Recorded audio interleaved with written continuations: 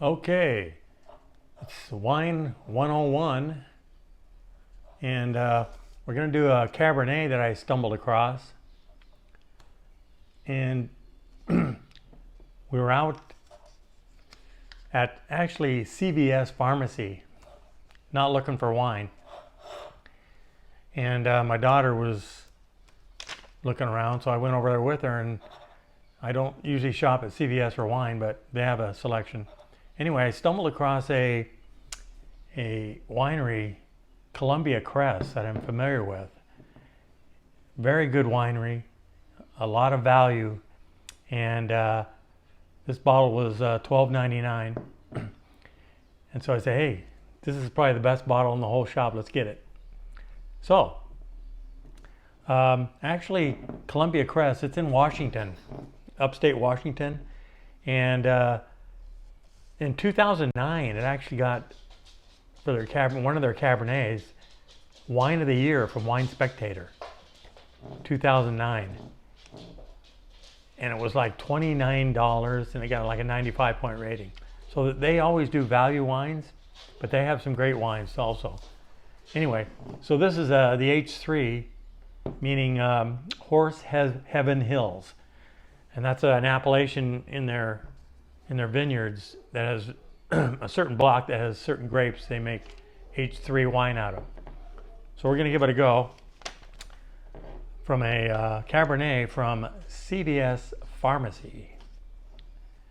Yeah, we've been drinking it.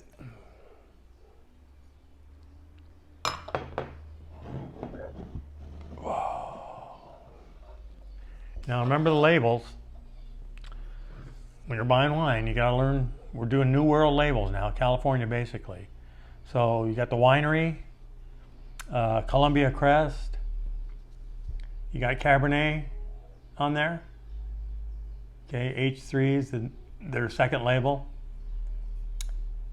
And made in Horse Heaven Hills, 2016, okay? Fairly young for a cab.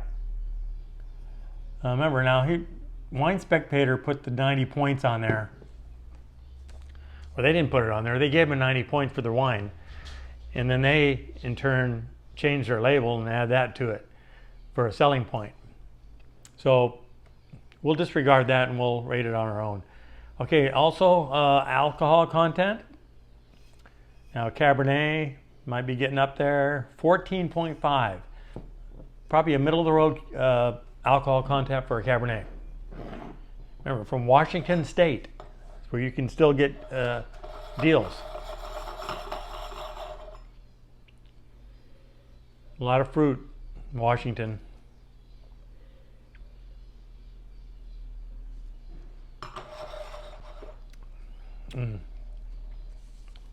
Fruit, it's smooth, not a lot of tannins.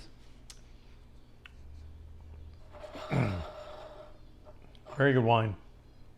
On the body of a wine is one way you describe a wine. It's how it feels in your mouth. So, you know, they have a full-bodied, medium, and light-bodied wines. So, if you were drinking milk, let's say, here's an example. Say you're drinking skim milk. Okay, the feeling in your mouth of skim milk. Okay, that'd be a light-bodied wine. Now you're drinking whole milk. There's a difference. Okay, medium-bodied wine. And then a full-body wine is going to be like drinking cream. Okay, that mouth feel, thick, that's a full-body wine. Okay, this is more medium. Now, a couple of facts about that. In the body of wine, the fuller the body usually means more alcohol also. 14.5, yeah. Middle of the road, medium body. Now, here's one. If you want to learn how to read a label. Rombauer. Okay? A Rombauer is from Napa Valley. Very well-known winery from Napa Valley. sell a lot of their wines to wine club members. Here's a Zinfandel. So on the bottle, something unique on this bottle down here, it says 100-year-old vines. So they're getting, this is a block that they're picking out of their old 100-year-old vines and making a Zinfandel out of it. I got this from a wine club member. That's all you can get it from. It was a very good wine. 2011, Rombauer. This label here, if you're looking at this, you're going to look and you're going to be a little confused because there's not a lot on it. It says Love and Squalor. That's the name of the winery. You got a clothesline with 3, looks like woman's night attire. That's probably the clothesline is probably the squalor part, if you have a clothesline. But it also has all the information, 2012. It's got Pinot Noir and Willamette Valley. So that's what you need to know. What kind of grape, where it's from, the winery, and the alcohol. This one's 13.6. Now the alcohol in the Zin is 15.9. Woo! You know where that one's going. Okay. Anyway,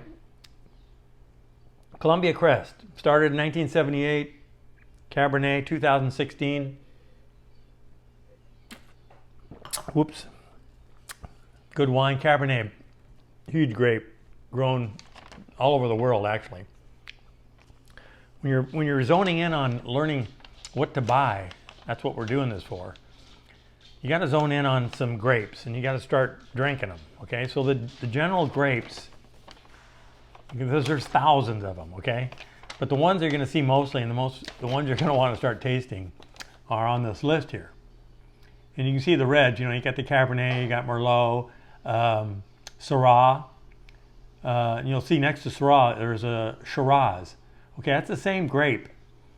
In Australia, they call it Shiraz, and everywhere else they call it Syrah. Same grape.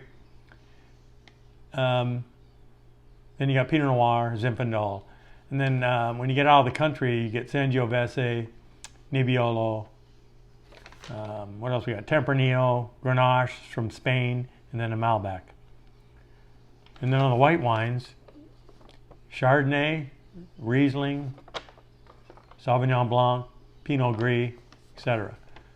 So you're going to have to start buying this stuff.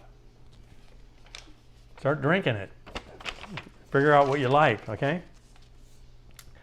All right, so we got to rate this baby. Forget that. We're going to go... We're giving Columbia Crest 88 points. Good score. Good wine. $12.99 CVS. Okay, little known fact. Here's one for you. What does this word mean? Let me try to pronounce it. Sinosilicophobia. Sinosilicophobia. I have a couple relatives that I think are sinosilicophobeites. And what that means is, you know it's a fear because phobia is a fear, right? Okay, so that word is the fear of having an empty beer glass. Having an empty beer glass. What? Who made that up? Who researched that? You haven't. Who cares? Why do we have to have that word for it? All right. Wine 101. See you next time.